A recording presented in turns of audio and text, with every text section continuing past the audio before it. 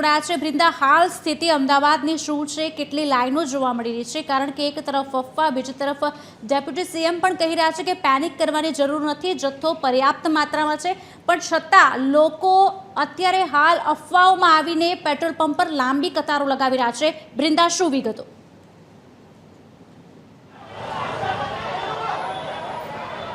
खुशाली बात करिए तो छेल्ला 1 कलाकथी अमदावादना दरेक पेट्रोल पंप पर लांबी लाइनों जोवा मळी रही है। 1 किलोमीटर थी 2 किलोमीटर सुधीनी लांबी लाइनों जे छे ते जोवा मळी रही है।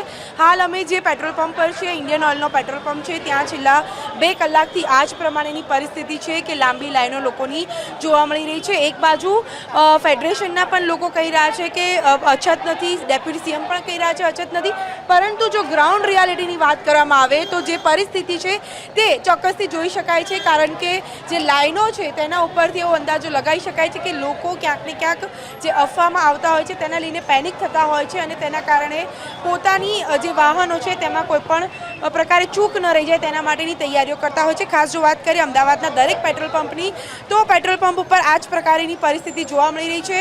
અને ખાસ જો વાત કરીએ વાહન ચાલકોને પૂછવાની આપણે કોશિશ કરીશું, તમે ક્યારના આવ્યા છો પેટ્રોલ પુરાવા અને પેટ્રોલ પુરાવ્યું કે કેમ?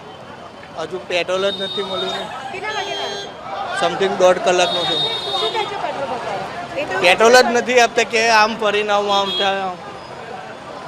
એવું કહે છે કે પેટ્રોલ નથી, પણ આપ અહીંયા આગળ 1.5 કલાકથી જો પેટ્રોલ મળ્યું હતું? ના, નથી મળ્યું હજુ।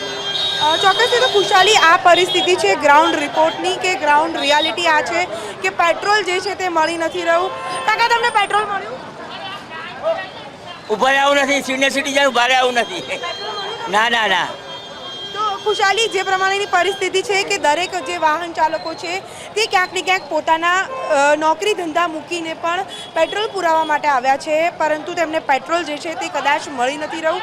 પેટ્રોલ પંપના અધિકારીઓ છે, પેટ્રોલ પંપના જે લોકો છે તેઓ કહી રહ્યા છે કે તેમને પેટ્રોલ ફૂલ છે, શનિ રવિ જે સ્ટોક નથી આવ્યો તેના કારણે આ પરિસ્થિતિ છે। આવતીકાલથી પરિસ્થિતિ રાબેતા મુજબ છે, પરંતુ હાલ આ પરિસ્થિતિ જોઈ રહ્યા છો કે ક્યાંક ને ક્યાંક જે વાહન ચાલકો છે તેઓમાં પણ અંદર ક્યાંક ને ક્યાંક મૂંઝવણ અને સમસ્યાઓ જોવા મળતી હોય છે, કારણ કે પેટ્રોલ જે છે તે મળી નથી રહ્યું। બીજા કેટલાક વાહન ચાલકો છે, આપને પેટ્રોલ મળ્યું કે કેમ? નથી મળ્યું। કેટલા વાગ્યાથી અહીંયા ઊભા છો? 2 घंटाથી। 2 घंटे से खड़े हो कि क्या बोल रहे पेट्रोल पंप वाले? अभी दे रहे हैं पेट्रोल पंप पे। आपको दिया? नहीं दिया अभी। તમને મળ્યું પેટ્રોલ પંપ ઉપર આવ્યા છો? પેટ્રોલ મળ્યું? નહીં મળ્યો, કલાક સુધી ઊભા છીએ। નોકરીમાંથી રજા મૂકીને આવ્યા છો? અત્યારે નોકરી ચાલુ નોકરીમાં આવ્યા છે પેટ્રોલ માટે। તો શા માટે એવી જરૂર પડી કે પેટ્રોલ પુરાવવું? અમારે આવવા જવાનું શું કરવાનું? દરેકને એક જ સમસ્યા છે કે જો પેટ્રોલ નહીં મળશે તો શું, એટલે કે ખુશાલી બંને બાજુના હું દ્રશ્ય આપને બતાવવા માંગીશ કે આ બાજુ અને આ બાજુ જેટલા પણ પેટ્રોલ પંપ ઉપરના નોઝલ છે એ તમામ નોઝલ ઉપર આ જ પરિસ્થિતિ છે। લાંબી લાઈનો છે। એક બાજુ અફવાઓથી બચવા માટેના પણ મેસેજ આપવામાં આવી રહ્યા છે, પરંતુ કહી શકાય કે ગુજરાતીઓને એક કહેવાય કે એક જે ધરપજ નથી હોતી, કારણ કે આવી રીતની જે માહિતી મળતી હોય છે તેમને એવું હોય છે કે પેટ્રોલ નહીં મળે તો શું, પરંતુ એક બાજુ શનિ રવિ જે પેટ્રોલ પંપનો જથ્થો પેટ્રોલ જે નથી આવ્યો તેના લીધે અમુક પેટ્રોલ પંપ જે છે તેને બંધ કરવાની પરિસ્થિતિ પડી છે, પરંતુ હાલ વાસ્તવિકતા આ છે કે દરેક પેટ્રોલ પંપ ઉપર આ જ પ્રમાણેના દ્રશ્યો જોવા મળી રહ્યા છે। કેટલાક પ્રાઇવેટ પેટ્રોલ પંપ છે જેમાં નાયરા કંપનીના પેટ્રોલ પંપ છે કે બીજા કોઈ પણ પ્રાઇવેટ પેટ્રોલ પંપ છે તે પેટ્રોલ પંપ બંધ કરવાની ફરજ પડી છે, એટલે કે કારગિલ પેટ્રોલ પંપ છે તેને પણ બંધ કરવાની ફરજ પડી છે। એટલે કે આવી રીતે અલગ જે પેટ્રોલ પંપો છે તેને બંધ કરવામાં આવ્યા છે, પરંતુ હાલ પરિસ્થિતિ આ છે કે લોકોને એવું છે કે મને પેટ્રોલ નહીં મળે તો શું। જી ખુશાલી। જી બ્રિંદા, રવિ, અમિત, દેવેન, આપ તમામનો આભાર સમગ્ર માહિતી આપવા બદલ। વધુ માહિતી આપની પાસેથી લાતા રહીશું। તો એક તરફ અફવાઓના તોર, સરકારે પેટ્રોલની અછત હોવાની જે વાત છે તેને પણ ફગાવી છે,